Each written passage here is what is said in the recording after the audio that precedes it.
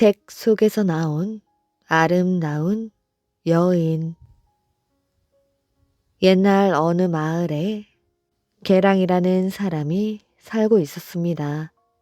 그의 아버지는 현 지사까지 지낸 사람이었지요. 청렴 결백한 관리로 봉급을 받아도 그것을 저축하여 재산을 늘리려는 생각은 아니하고 책만 잔뜩 사들였습니다.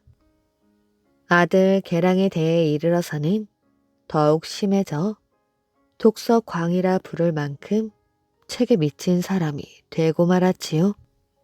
설림은 지극히 가난했으나 팔 것이라고는 아무것도 없었습니다.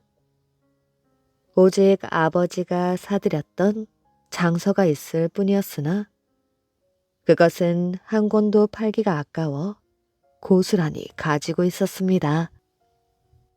계량은 책을 읽어 그것으로 생활의 양식을 얻으려는 것이 아니고 다만 책 속에야말로 금이나 쌀이 있다고 하는 권학편 중의 문구를 거의 광신적으로 믿고 있었지요. 밤낮 없이 책 읽기에만 정신이 팔려 있었습니다. 나이 20이 넘도록 결혼 문제 같은 것은 생각지도 않고 책 가운데에서 아름다운 여인이 나타나기만을 기다리고 있었습니다. 친척이나 손님이 찾아와도 인사말 한마디 변변히 할 줄을 모르고 한두 마디 이야기를 하고 나면 즉시 큰 소리로 책을 읽기 시작했기 때문에 손님이나 친척들은 어안이 벙벙하여 그대로 돌아가곤 했습니다. 급수가 낮은 시험에는 1등으로 급제했으나 그보다 급수가 높은 향시에는 급제하지 못했습니다. 어느 날 마침 책을 읽고 있었을 때 벼랑간 회오리 바람이 불어와서 책이 날아가 버렸지요. 급히 쫓아가 보았는데 땅이 발에 푹 하고 빠졌습니다. 빠진 발자국을 손으로 더듬어 보니 구멍이 뚫려 있고 구멍 속에는 썩은 나뭇잎이 들어차 있었지요. 구멍을 보니 옛날 사람들이 양곡을 저축해 두었던 땅굴이 있었으며 양곡은 이미 썩어 흙덩이로 변해 있었지요. 물론 사람이 먹을 수 없는 것이었지만 권학편 가운데 있는 책 가운데에서는 1000가지 양곡이 저절로 생긴다는 글귀가 거짓말이 아니라는 것을 확신하고 더욱 독서에 미쳐버리고 말았습니다. 그렇게 계량의 나이 30이 넘게 되었습니다. 사람들의 결혼 이야기를 꺼내기만 하면 책 속에야말로 옥처럼 아름다운 미인이 있는 것이니 나는 아내가 없어도 염려하지 않는다 라고 말하는 것이었습니다. 그로부터 3년을 더 계속 공부했으나 과거 시험에는 항상 낙제만 했기 때문에 사람들은 그를 비웃었지요. 마침 그 무렵 하늘의 직녀가 달아나서 인간 세계에 내려왔다는 소문이 세상에 떠들썩했습니다. 사람들은 계량을 향해 조롱했습니다. 직녀가 달아났다는데 아마 계량에게 오기 위해서였나 보지. 그러던 어느 날 밤 한서를 읽고 있었는데 비단 헝겊에 미인의 모습이 그린 간지가 끼어 있었습니다. 책 속에야말로 얼굴이 옷 같은 아름다운 미인이 있다고 하는 것은 이런 것을 두고 하는 말인가? 그 미인의 얼굴을 자세히 바라보고 있으니 살아있는 사람을 보는 듯 했습니다. 그리고 그 뒷면에는 간신히 읽을 수 있는 작은 글자로 직녀라고 쓰여 있었지요. 계량은 그 뒤로 날마다 그것을 책에 끼워 놓고 실증 내는 일도 없이 바라보며 침식을 잊을 정도였습니다. 그러던 어느 날 그림을 자세히 들여다보고 있으려니까 그 미인이 허리를 구부려서 몸을 일으키며 그대로 책 위에 앉아서 방긋 웃는 것이었습니다. 계량은 깜짝 놀라서 책상 아래 엎드려 절을 하였지요. 이윽고 일어나자 미인은 키가 한자가량이나 커졌습니다. 더욱더 놀라서 다시 머리를 조아렸지요. 그러자 그 미인이 책상 아래로 내려섰습니다. 저는 안여옥이라 합니다. 당신의 성함은 벌써부터 알고 있습니다.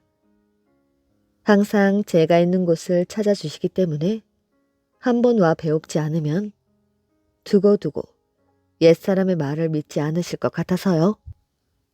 계량은 기쁨을 못 이겨 마침내 혼인을 하기로 했습니다.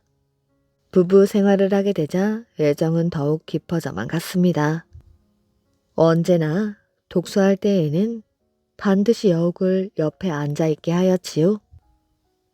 계량이 지나치게 책 읽기에만 파묻히자 마침내 여옥이 말했습니다. 당신이 시험에 급제하지 못하는 것은 소경이 경을 외우듯 그저 읽기만 하기 때문입니다.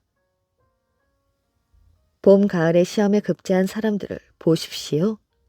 당신처럼 읽기만 하는 사람들이 몇이나 있겠어요? 이렇게 여옥이 화를 내자 계량도 할 수 없이 얼마 동안은 여옥이 시키는 대로 하였지요. 그러나 며칠이 지나지 않아 여옥의 경고를 잊어버리고 그리기가 또 시작되고 말았습니다.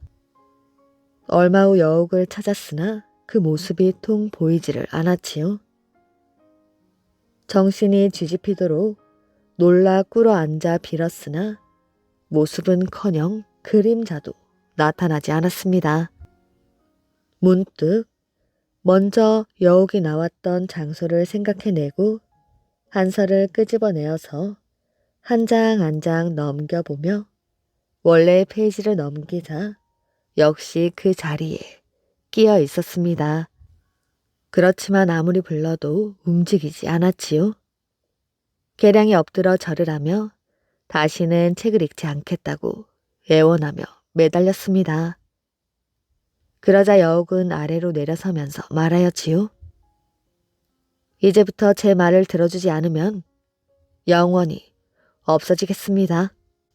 그러고는 장기와 바둑을 사들여놓고 오락을 즐기도록 했습니다.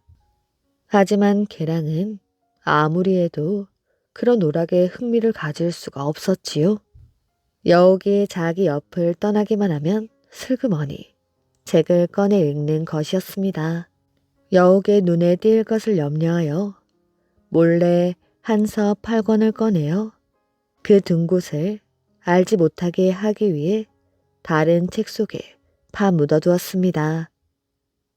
어느 날 마침 책 읽기에 정신이 팔려 있는 사이에 여옥이 들어왔으나 계량은 깨닫지 못하고 있었지요. 등 뒤에 인기척을 느끼고서야 당황하여 책을 숨겼으나 그때는 벌써 여옥의 모습이 보이지 않았습니다. 놀라움과 두려움이 범벅이 되어 이 책 저 책을 손에 닥치는 대로 뒤적거려 보았으나 아무리 해도 행방을 찾을 수가 없었지요. 끝내 한서 8권에서 여옥의 모습을 발견할 수가 있었습니다. 페이지도 바로 그곳이었지요. 다시 절하고 빌며 이제부터 절대로 책을 읽지 않겠다고 맹세했습니다.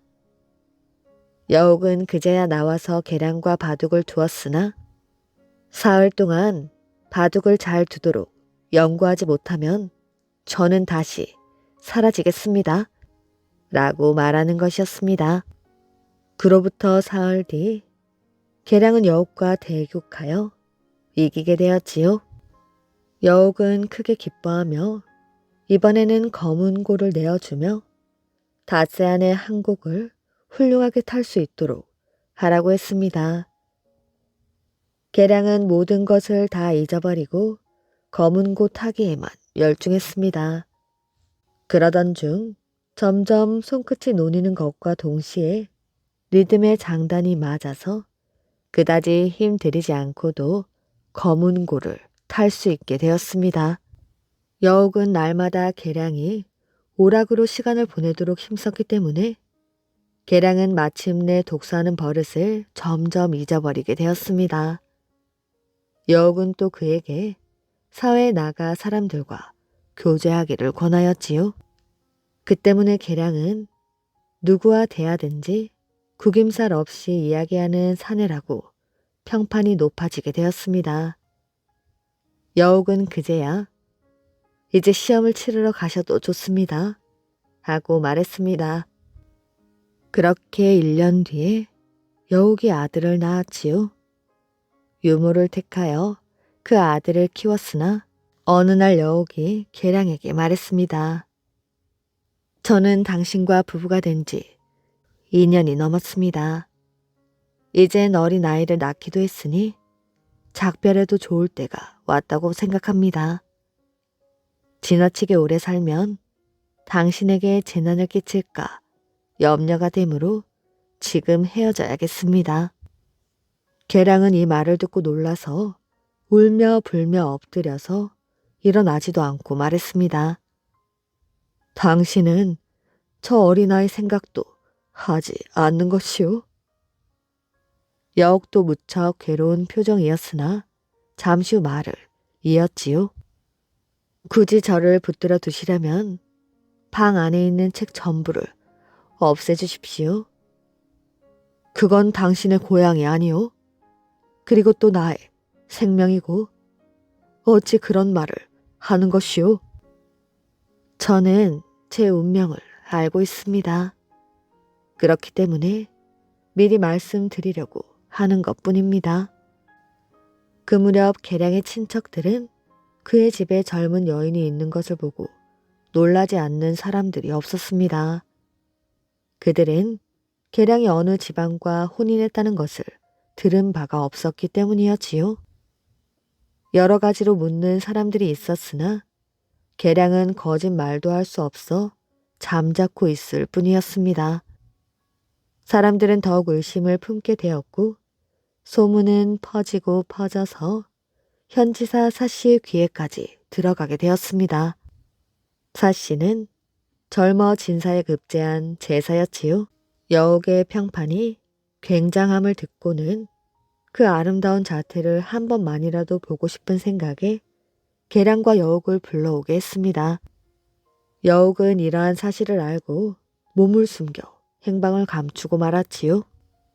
지사는 경노하여 계량을 체포하여 수재 계급을 박탈하고 손목과 발목에 수갑을 채우고 호된 고문으로 여옥의 행방을 추궁했습니다. 계량은 모진 고문에 못 이겨 죽을 지경이 되었으나 한마디도 하지 않았습니다. 결국 계량의 식모를 잡아다가 고문을 한 결과 비로소 그 사정을 대강 알게 되었지요. 지사는 여옥을 요기의 화신이라 생각하여 자신이 직접 계량의 집을 찾아가게 되었습니다. 집 안을 둘러보자 보이는 곳마다 서적으로 꽉 들어차 있으므로 여인을 찾아내기가 어려운 것임을 깨닫고 있는 책을 모조리 뜰로 끌어내어 불태워 버렸습니다.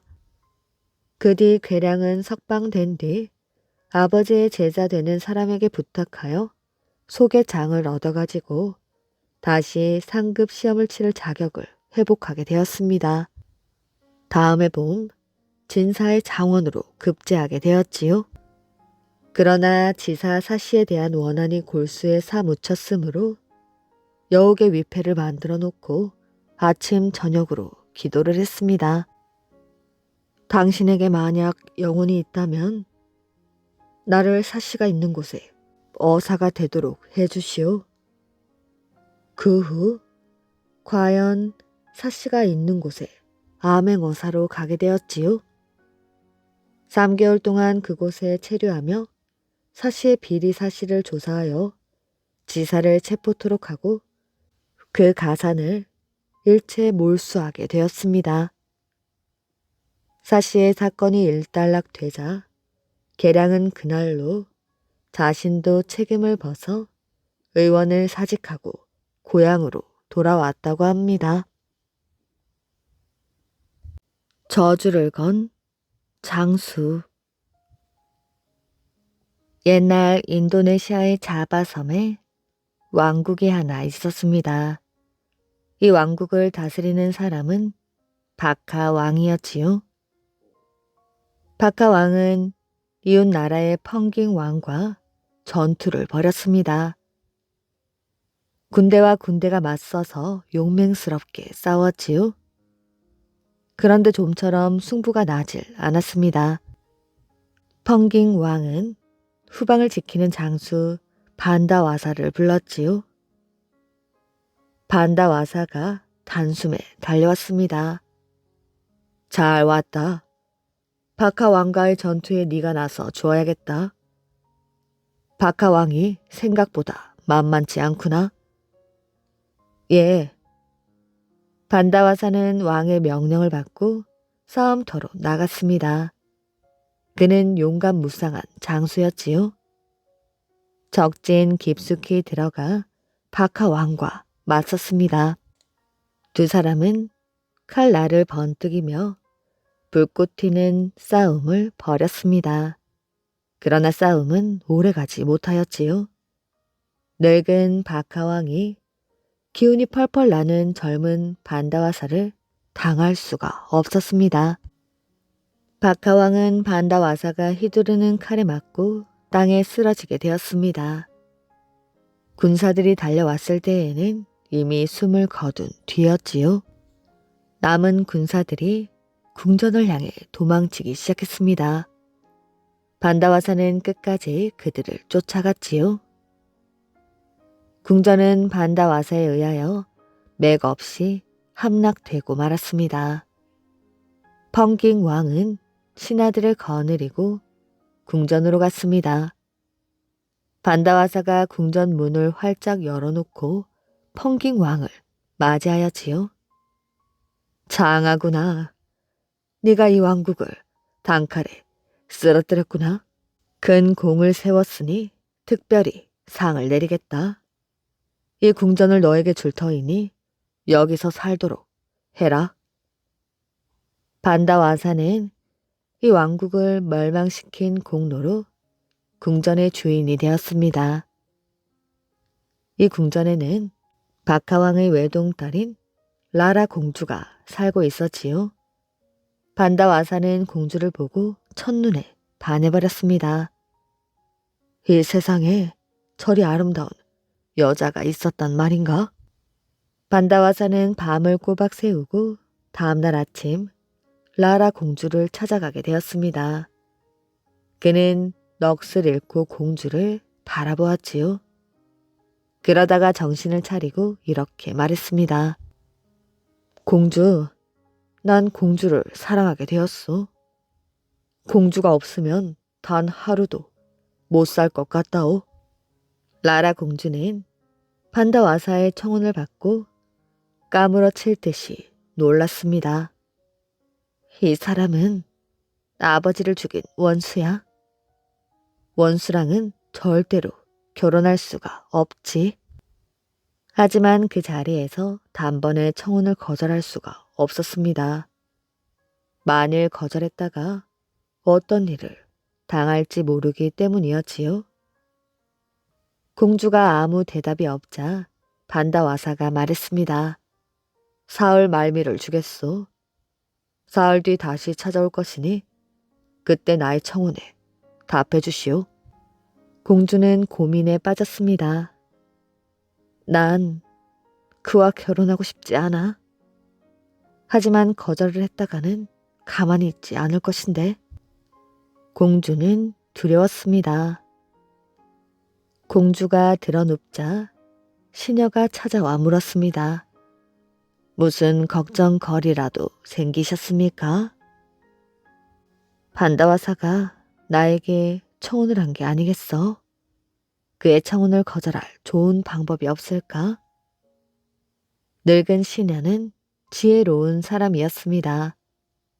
공주님, 그는 무서운 장수입니다.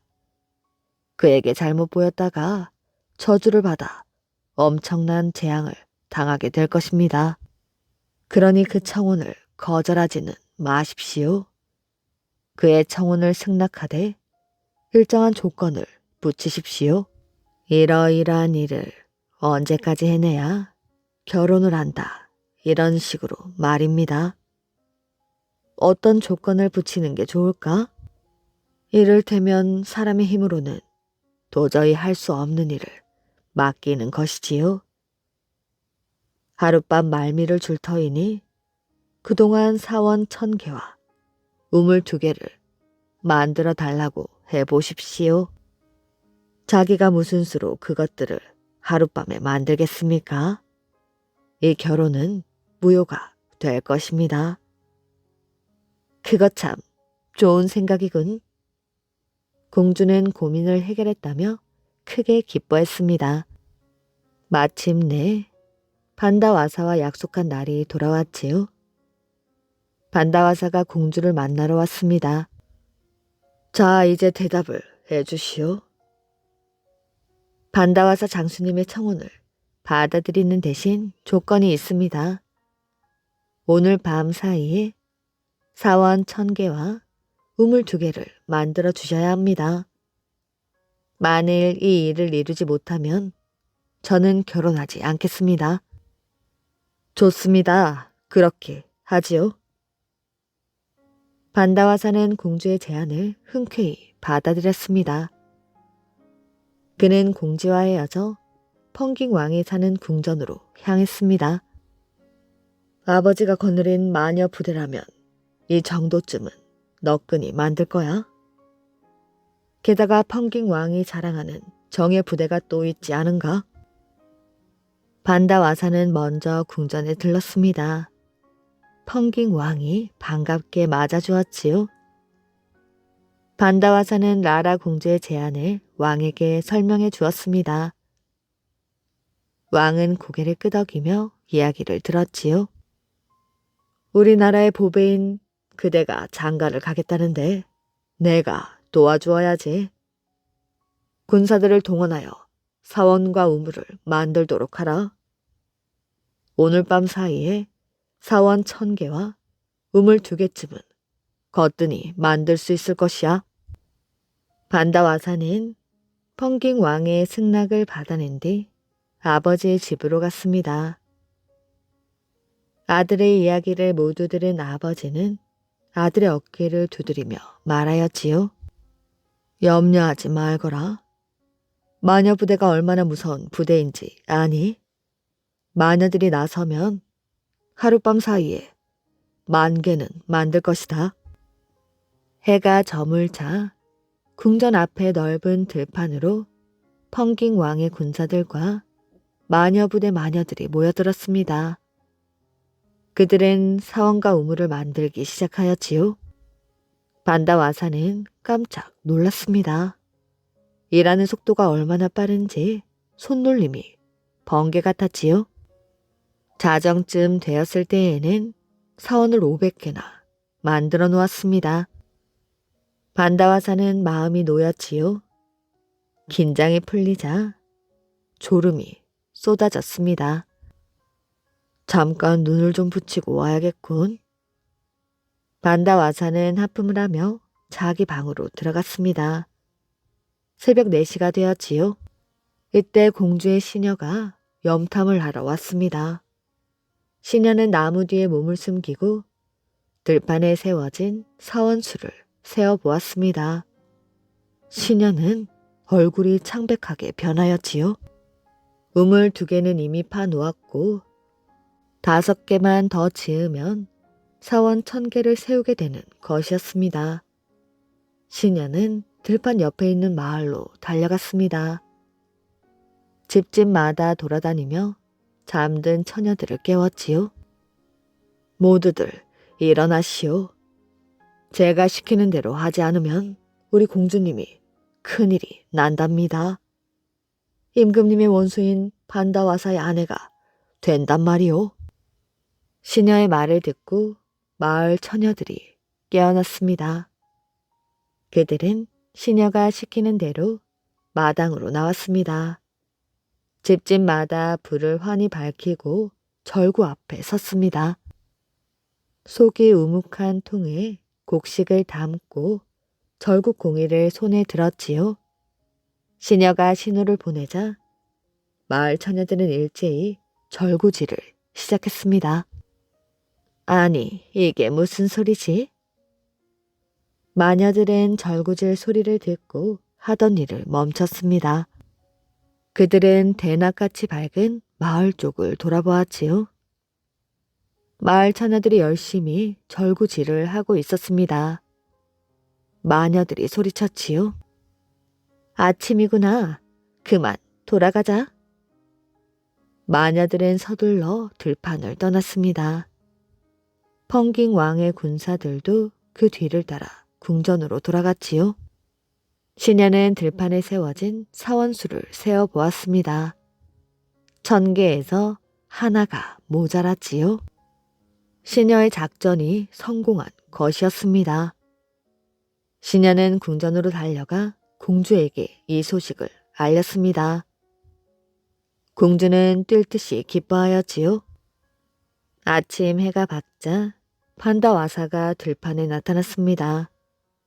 그는 들판에 세워진 사원들을 만족스레 둘러보고는 하나하나 세어보았습니다. 아니, 이럴 수가. 판다와사의 얼굴이 새파랗게 질렸지요. 전부 999개였던 것이었습니다. 왜 하나가 모자라지? 그 시간이면 충분히 끝낼 수 있었을 터인데.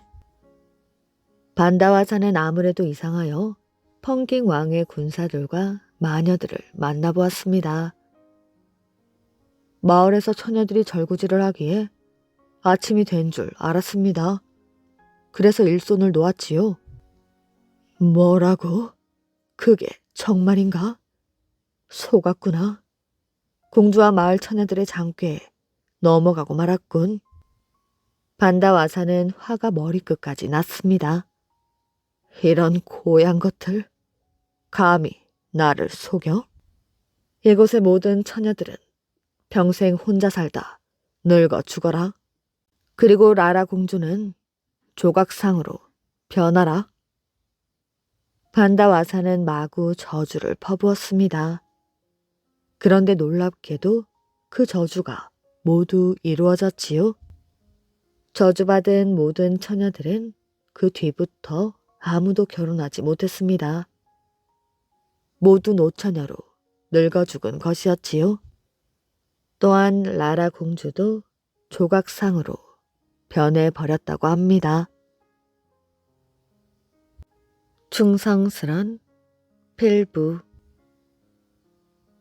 옛날 신라 태종 무열왕 때 충신 필부라는 사람이 있었습니다. 그는 용기와 지혜가 뛰어났을 뿐만 아니라 절개가 굳어 일찍이 많은 사람들의 존경을 받고 있었습니다. 그런데 그 무렵 백제와 고구려와 말갈이 서로 동맹을 맺고 신라를 치려고 노리고 있어서 나라가 몹시 위태로웠습니다. 태종 무열왕은 중상스란 신하인 필부를 고구려와 국경 지대에 있는 칠중성의 현령으로 삼았지요.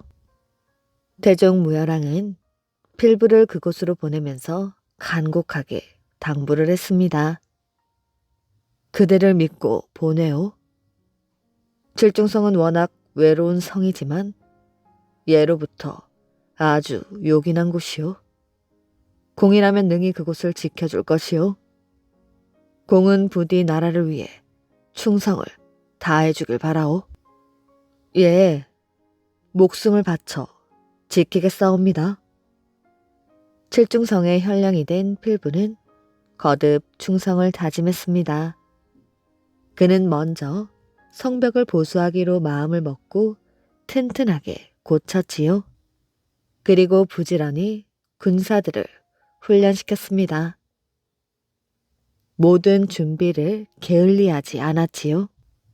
그런데 이듬해 7월 태종 무열왕은 당나라의 도움을 받아 마침내 백제를 멸망시키고 말았습니다. 이에 고구려는 더더욱 신라를 미워하여 그해 10월 군사를 일으켜 국경을 넘어 들어왔지요. 물 밀 때 들어온 고구려의 군사들은 먼저 칠중성을 에워싸고 맹렬한 기세로 공격하기 시작했습니다. 하루 종일 적군의 고함 소리가 천지를 진동시키는 듯하고 화살이 성 안까지 비오듯이 쏟아져 내렸습니다.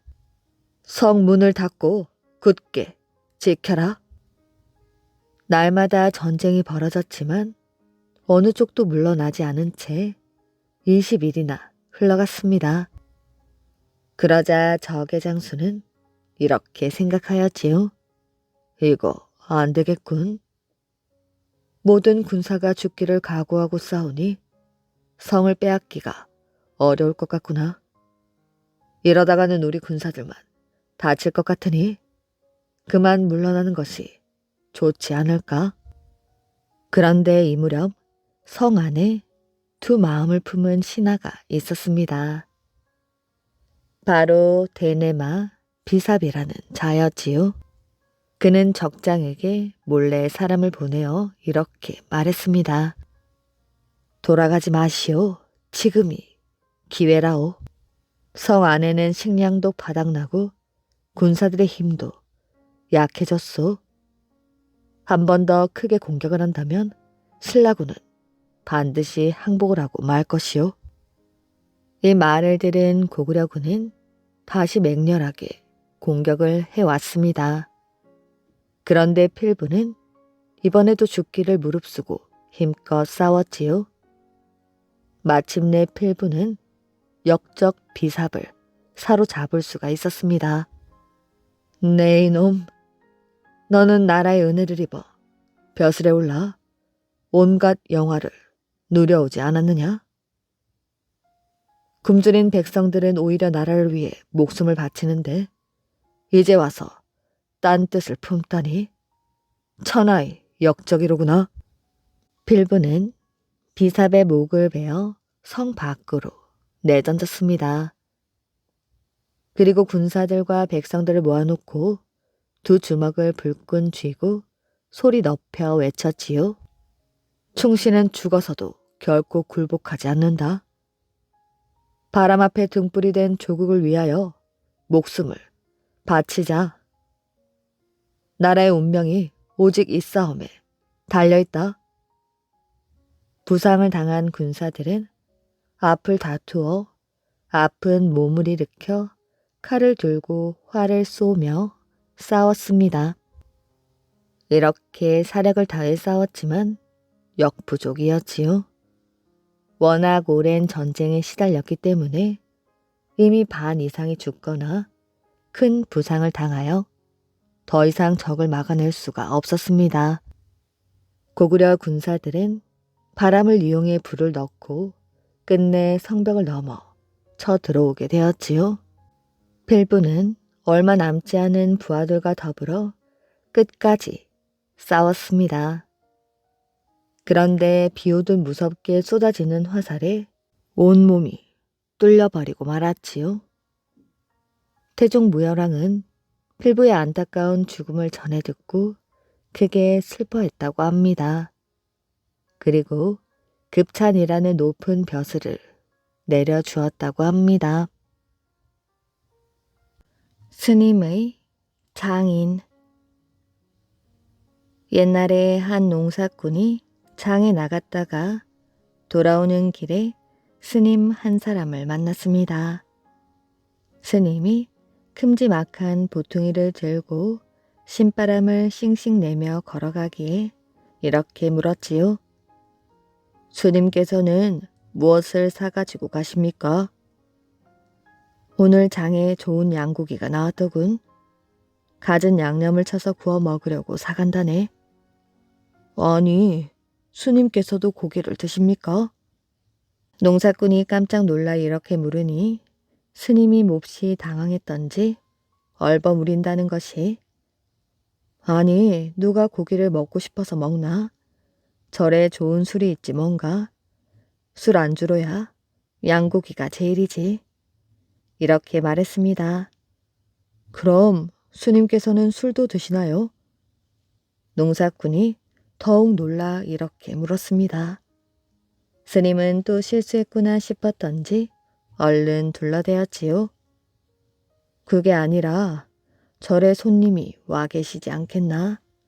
나야 술을 안 먹지만 손님 대접까지 안 할 수야 없지 않은가? 그렇군요. 어떤 손님이신지 귀한 분인가 보군요. 농사꾼은 고개를 끄덕이고 한 곱이 넘긴 스님은 입에서 신바람이 났습니다.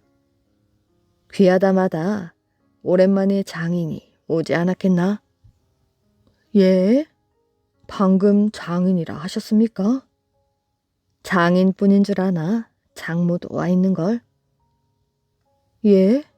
그게 정말입니까? 스님이 그제야 아차 했는지 말꼬리를 슬쩍 돌렸지요. 이 사람아, 스님이라고 농담도 못하나? 나와는 인연이 있는 사람들인데 절에 좀 시끄러운 일이 있다는 소문을 듣고 찾아왔다네. 그랬군요. 산중의 절에도 시끄러운 일이 있다니 믿기지가 않는데요. 또 한 곱이 넘긴 스님이 가만히 있으면 좋을 것을 골치 아픈 일이라네. 글쎄 마누라하고 첩하고 대판 싸움이 붙었지 뭔가. 오죽했으면 장인 장모가 단판을 내겠다고 그 멀리서 찾아왔겠나? 예, 첩이라고요? 아, 이 사람아. 누가 첫째 첩 가지고 그러는 줄 아나? 얼마 전 얻은 둘째 첩이 말썽이라네. 지금도 대판 싸우고 있을지 모르니 난 어서 가봐야겠네. 스님이 일하고 성큼성큼 앞서갔다는 우스운 이야기였습니다. 아이를 바꾼 왕비. 옛날에 한 임금이 여행을 떠나며 왕비에게 말했습니다. 내가 없는 동안 왕비가 여자아이를 낳으면 목을 벨 것이요. 하지만 남자아이를 낳으면 그대로 왕비 자리에 있게 해주겠소. 임금의 말에 왕비는 한숨부터 나왔습니다. 뱃속에 든 아이가 여자인지 남자인지 알 수 없었지요. 얼마 뒤 왕비는 여자아이를 낳았습니다. 왕비는 슬픔에 잠겼지요. 어쩌면 좋단 말이야. 태어난 아이와 내가 살아남을 방법이 없을까?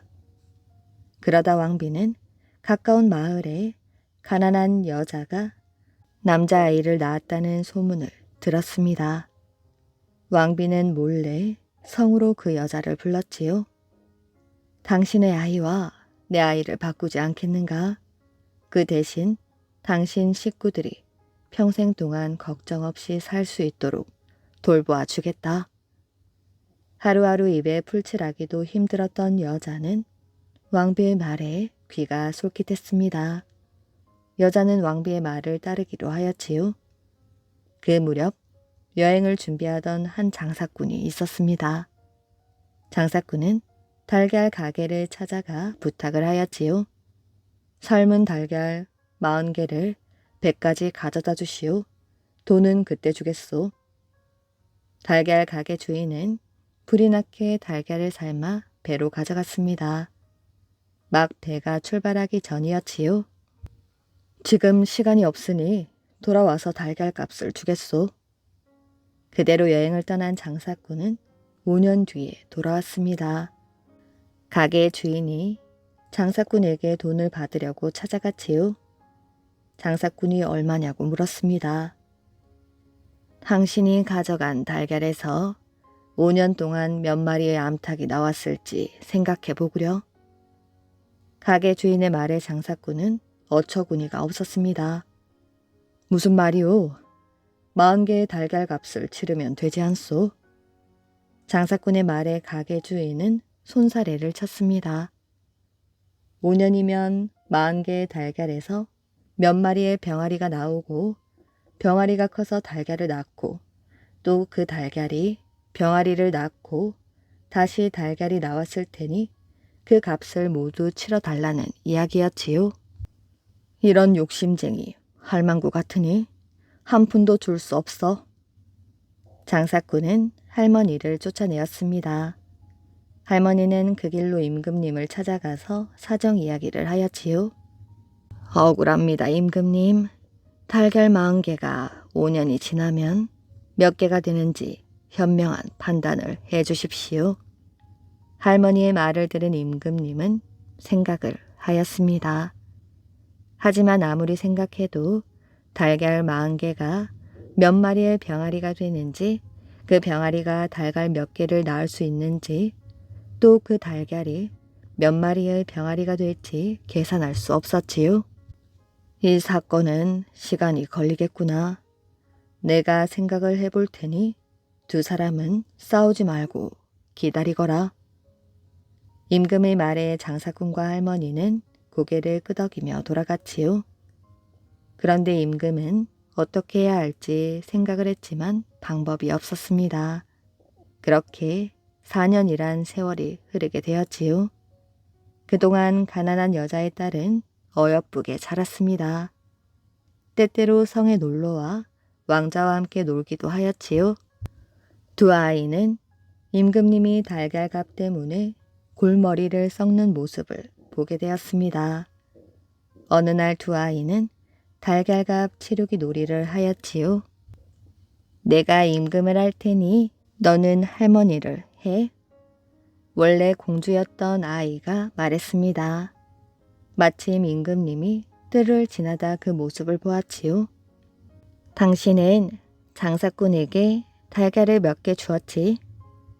여자아이가 묻자 왕자가 대답했습니다. 40개를 주었지만 5년이 지나도록 그 값을 받지 못했습니다. 5년이 지난 뒤 장사꾼이 나에게 달걀 40개 값을 치르려 했지만 저는 그것으로 만족할 수 없습니다. 그러자 여자아이는 얼마를 받기 바라느냐고 물었지요. 40개의 달걀에서 병아리가 나오고 병아리가 커서 달걀을 낳고 다시 병아리를 낳을 테니. 왕자가 머뭇거리며 말하자 여자아이가 왕자의 말을 끊으며 말했지요. 장사꾼이 달걀을 어찌 가져오라고 했는가? 여자아이의 물음에 왕자는 삶아 가져오라고 대답했습니다. 그러자 여자아이가 말하였지요. 당신은 삶은 달걀에서 병아리가 나왔다는 말을 들어본 적 있는가? 아마 없을 것이다. 그러니 달걀 40개의 값만 받아야 하네. 여자아이의 말에 임금님은 깜짝 놀랐습니다. 임금은 여자아이가 누군지 궁금했지만 먼저 장사꾼과 달걀 가게 할머니를 불렀지요. 그리고 여자아이가 말한 대로 문제를 해결했습니다. 재판을 마친 임금님은 왕비에게서 진실을 듣게 되었지요. 왕비는 여자아이를 낳으면 목을 벨 거라는 말에 하는 수 없이 가난한 집 아들과 바꾼 사실을 말했습니다. 내가 큰 죄를 지을 뻔했구나. 왕비의 현명한 판단이 나를 살렸소. 임금님은 자신의 잘못을 크게 뉘우쳤습니다. 임금님은 그동안 공주를 키운 여자를 불러 많은 돈을 주었지요. 그 뒤 남자아이는 친엄마를 따라갔고 공주의 자리를 되찾은 여자아이는 궁궐에서 행복하게 잘 살았다고 합니다. 이해심 많은 아내. 옛날 어느 마을에 농부가 살고 있었습니다. 농부에게는 아주 이해심이 많은 아내가 있었습니다. 아내는 남편을 무척 사랑하고 존경하였지요. 어느 날 아내가 남편에게 말했습니다. 여보, 소 한 마리를 장에 파는 것이 좋을 것 같아요. 소를 2마리나 키우는 것도 좀 힘들고 소를 팔아 현금을 가지고 있으면 좋겠어요. 아내 말이 맞다고 생각한 남편은 바로 장에 나가 소를 팔기로 했습니다. 하지만 누구도 소를 사려고 하지 않았지요. 조금 뒤 남편은 말을 팔려는 사람을 만났습니다. 남편은 소보다 말이 더 낫겠다고 생각하고 소와 말을 맞바꾸었지요. 그러고는 집으로 가기 위하여 장을 출발했습니다. 그러다 이번엔 통통하게 살찐 돼지를 팔려는 사람을 만나 말과 돼지를 바꾸었지요. 그렇게 다시 집으로 가던 남편은 염소를 몰고 가는 사람을 만나 돼지와 염소를 바꾸고 양을 몰고 가는 사람을 만나 염소와 양을 바꾸었습니다. 하지만 여기서 끝이 아니었지요. 그 다음에는 거위를 몰고 가는 사람을 만나 양과 거위를 바꾸었습니다. 그러고는 닭을 가진 사람을 만나 거위와 닭을 바꾸게 되었습니다. 그러는 동안 날이 저물자 남편은 배가 고팠지요. 남편은 닭을 팔아 음식을 사 먹었습니다. 그러고는 집으로 가는 길에 이웃에 있는 친구 집에 먼저 들렀지요. 어서 와. 장에 나갔던 일은 잘 되었어? 친구가 물었습니다. 남편은 친구에게 장에서 돌아오며 있었던 일을 모두 말해 주었지요. 세상에, 집에 돌아가면 난리가 나겠군. 친구가 걱정스레 말했지만 남편은 마음에 두지 않았습니다. 무슨 말을 그리해. 내 아내는 너무나 착하여 내가 하는 일에 이러쿵 저러쿵 하지 않아. 에이, 자네는 그리 생각할지 모르지만 소를 팔았는데 돈 한 푼 없다는 사실을 누가 이해해 주겠나? 아무리 자네를 사랑한다 해도 말이지. 그래? 그럼 나랑 내기하겠나? 나는 집에 모아둔 $100를 걸겠네. 자네도 그럴 텐가? 남편의 말에 친구도 기꺼이 맞장구를 쳤습니다. 남편은 친구를 데리고 집으로 갔지요. 잘 다녀오셨어요? 일은 잘 보셨고요. 친구는 부부가 하는 말을 옆에 듣고만 있었습니다. 그냥 그랬어. 소를 살려는 사람이 없더라고. 다행히 말을 팔려는 사람을 만나 소와 말을 바꾸었지. 정말 잘하셨어요. 그렇지 않아도 타고 다닐 말이 있으면 좋겠다고 생각했거든요. 여보, 내 이야기를 더 들어요. 말은 없어.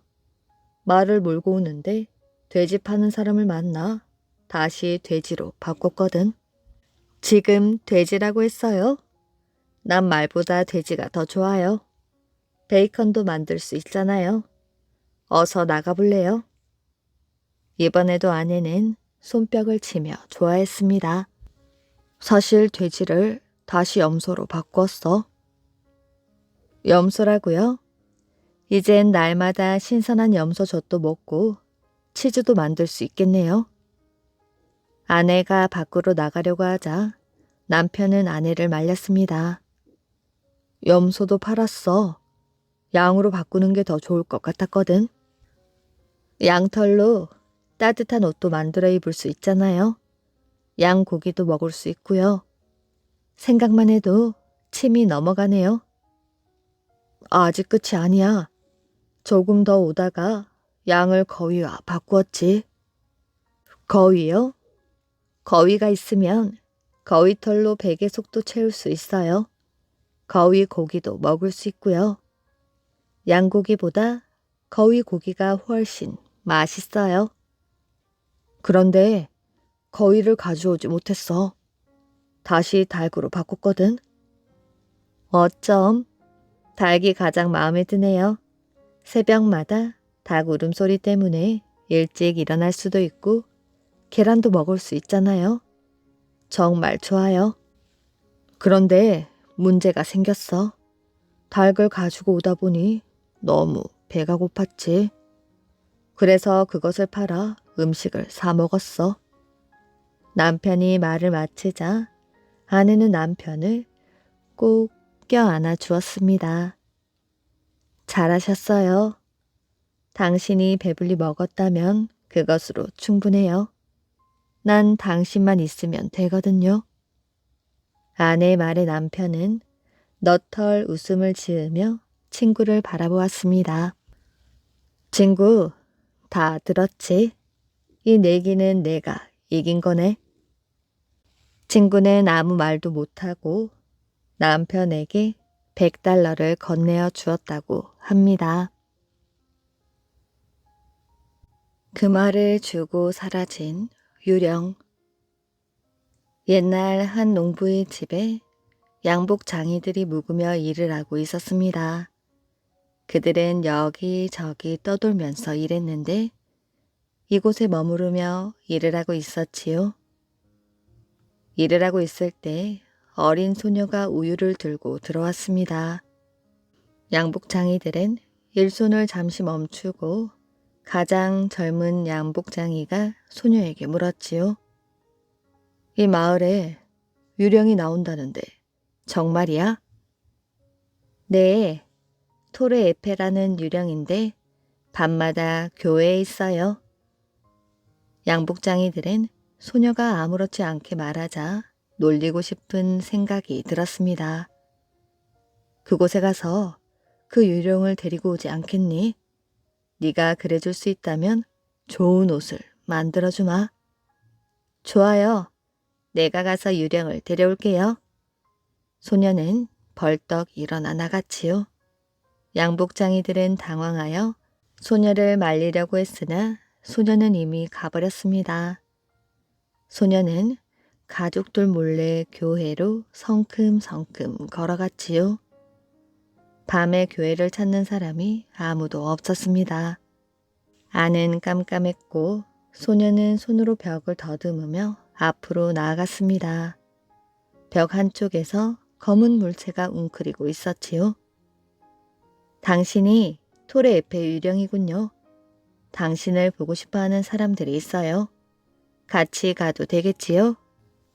유령은 아무 대꾸도 없었습니다. 소녀는 긍정의 대답이라 생각하고 유령을 업고 그곳을 나왔습니다. 집으로 돌아온 소녀는 양복장이들에게 유령을 보여주었지요.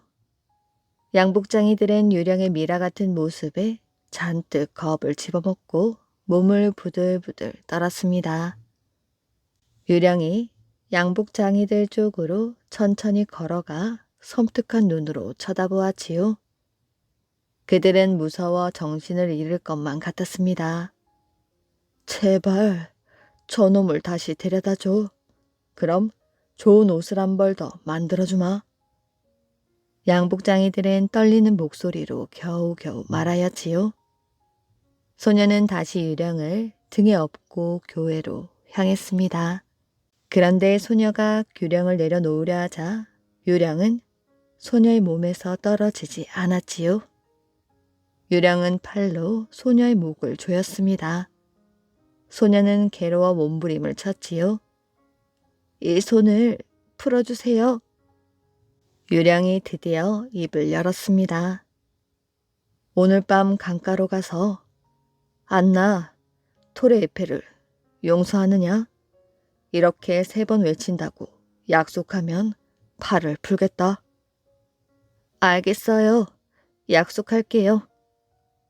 유령은 소녀의 목을 조였던 팔을 풀어주었습니다. 유령이 가르쳐준 강가는 꽤 먼 곳에 있었지요. 소녀는 길고 험한 길을 혼자 걸어 강가에 다다랐습니다. 강물은 반짝반짝 빛이 나고 있었지요. 소녀는 조용한 강가에 서서 약속대로 3번 외쳤습니다. 안나, 토레 에페를 용서하느냐? 소녀가 3번 외쳤을 때 강물 위로 젊은 여인이 나타났지요. 머리카락과 옷이 흠뻑 젖어 있었습니다. 처녀가 말했습니다. 토레 에페가 진심으로 뉘우쳤다면 용서해요. 여인은 이리 말하고 사라져버렸지요. 소녀가 돌아오자 유령은 비통한 목소리로 조급하게 물었습니다. 그 여자가 뭐라고 했지? 나는 그 여자와 한 약속을 어기고 다른 여자와 결혼했다. 그 여자가 강물에 뛰어들어 죽은 것은 모두 다 내 탓이야. 그녀는 용서한다고 했어요. 소녀의 말을 들은 유령은 마음이 놓이는 모습이었습니다. 약속을 지켜준 답례를 하고 싶으니 새벽에 다시 와주겠니? 소녀는 약속대로 새벽에 교회로 가보았습니다. 유령이 앉았던 자리에 유령은 없고 금화가 가득 든 통나무가 있었지요. 그 뒤로 유령은 완전히 자취를 감추었다고 합니다. 괴물을 낚은 남자. 아주 오래전 식구들을 먹여 살리기 위해 먼 곳으로 길을 떠난 남자들이 있었습니다. 들판을 가로질러 가던 남자들은 풀이 우거진 물 웅덩이를 발견하였지요. 물 웅덩이 둘레에는 갈대가 가득했습니다. 남자들이 사는 나라에는 갈대 뿌리가 사람들이 좋아하는 음식 재료였지요. 그래서 갈대 뿌리를 모아 마을로 가져가기로 했습니다. 남자들은 물 웅덩이로 들어가 갈대를 뽑기 시작하였지요. 그때 누군가가 이렇게 말했습니다. 이런 건 여자들이 해야 하는 일 아닌가? 가서 아이들과 여자들을 데려와 이 일을 하라고 하고 우리는 낚시를 하는 게 어떨까? 이 말에 다른 남자들이 맞장구를 쳤지요. 그래서 남자들은 낚싯줄과 미끼를 준비했습니다. 사람들은 벌레를 미끼로 썼습니다. 단 한 사람, 저녁 먹을 거리로 날고기를 가져왔던 사람만 빼고 말입니다. 이 남자는 다른 사람 몰래 날고기를 미끼로 써서 더 많은 물고기를 잡으려고 했습니다. 낚싯줄을 들여온 사람들은 물고기가 물리지 않아 긴 시간을 기다려야 했습니다. 어느덧 해가 뉘엿뉘엿 넘어갔지만 한 마리 물고기도 잡지 못하였지요. 바로 그때 날고기를 미끼로 쓴 남자의 낚싯줄이 갑자기 물속으로 사라졌습니다. 남자는 큰 물고기가 걸렸다고 생각하며 줄을 꽉 잡았지요. 물고기의 힘이 너무 세서 제대로 버티고 설 수 없을 정도였습니다. 도와줘. 힘이 너무 세. 남자의 말에 다른 사람들이 달려왔습니다. 그런데 낚싯줄에 걸린 것을 보고는 모두 덜덜 떨며 겁을 먹었습니다. 낚싯줄에 걸린 것은 길고 넓은 꼬리와 2개의 뿔을 가진 괴물이었지요. 그 괴물은 말로만 듣던 사람을 잡아먹는다는 괴물 버닙의 새끼였습니다. 사람들은 버닙을 한 번도 본 적은 없었지만 사람을 잡아먹는 괴물이 늪에 산다는 이야기를 알고 있었습니다. 이봐, 그냥 낚싯줄을 놓으라고. 놀란 사람들이 소리를 쳤지만 남자는 낚싯줄을 놓지 않았습니다. 남자는 버닙 새끼를 잡겠다며 벼텄지요. 어미 버닙이 새끼 버닙을 구하려고 큰 소리로 울부짖었지만 남자는 전혀 개의치 않았습니다. 오히려 창을 던지며 어미를 쫓았지요. 그 모습에 사람들이 수군수군 거렸습니다. 저 친구가 자기 아내에게 약속했대. 사흘 동안 잔치를 벌일 수 있을 정도로 고기를 많이 잡아가겠다고. 그래서 저렇게 고집을 피우는 거야. 마침내 남자는 버닙 새끼를 잡아 마을로 향했습니다. 새끼를 잃은 어미의 슬픔은 전혀 아랑곳하지 않았지요. 어느덧 해가 지고 어둠이 몰려왔습니다. 버닙 새끼를 잡은 남자와 사람들은 들뜬 마음으로 마을로 향한 길을 걷고 있었지요. 그런데 뒤쪽에서 이상한 소리가 들렸습니다. 뒤를 돌아본 사람들은 깜짝 놀라 그 자리에 멈춰 섰지요. 왜 늪에 물이 불어나는 거지? 비도 오지 않는데 말이야. 사람들이 놀라는 와중에도 늪은 점점 불어나고 있었지요. 사람들은 멀뚱멀뚱 서로의 얼굴을 바라보다 갑자기 미친 듯이 달리기 시작했습니다. 번입 새끼를 잡은 남자가 가장 빨리 달렸지요. 사람들은 높은 산을 넘어 마을에 다다를 때까지 달리는 것을 멈추지 않았습니다. 마을로 들어가며 남자들이 소리쳤지요. 물이 넘친다. 빨리 피해. 평화롭던 마을 사람들은 깜짝 놀라 우왕좌왕했습니다. 불어난 늪의 물은 곧 마을로 밀려들었지요. 번입 새끼를 잡은 남자도 물을 피해 달아났지만 곧 그의 발도 물에 잠기고 말았지요. 그러자 이상한 일이 생겼습니다. 남자 발이 새의 갈고리 발톱 모양으로 변하였지요. 그러더니 서서히 몸도 변하기 시작했습니다. 마침내 남자는 검은 백조가 되어 새끼 번입을 더 이상 잡고 있을 수가 없었습니다. 어미는 남자로부터 새끼를 낚아채 자신이 살던 늪으로 돌아갔지요. 그러자 마을을 뒤덮었던 물도 빠르게 빠져나갔습니다. 아휴, 정말 다행이야. 큰일 날 뻔했네. 사람들은 본디 모습을 찾은 마을을 바라보며 안도의 한숨을 내쉬었습니다. 그런데 번입을 잡았던 남자는 다시 사람의 모습을 되찾지 못했다고 합니다. 그 남자는 어미에게서 새끼를 억지로 떼어놓은 벌을 받은 것이지요. 이야기 재미있게 잘 들으셨나요? 오늘의 이야기는 여기까지입니다. 오늘도 이야기를 들어주셔서 정말 감사합니다. 오늘도 편안한 밤 되시길 바랍니다.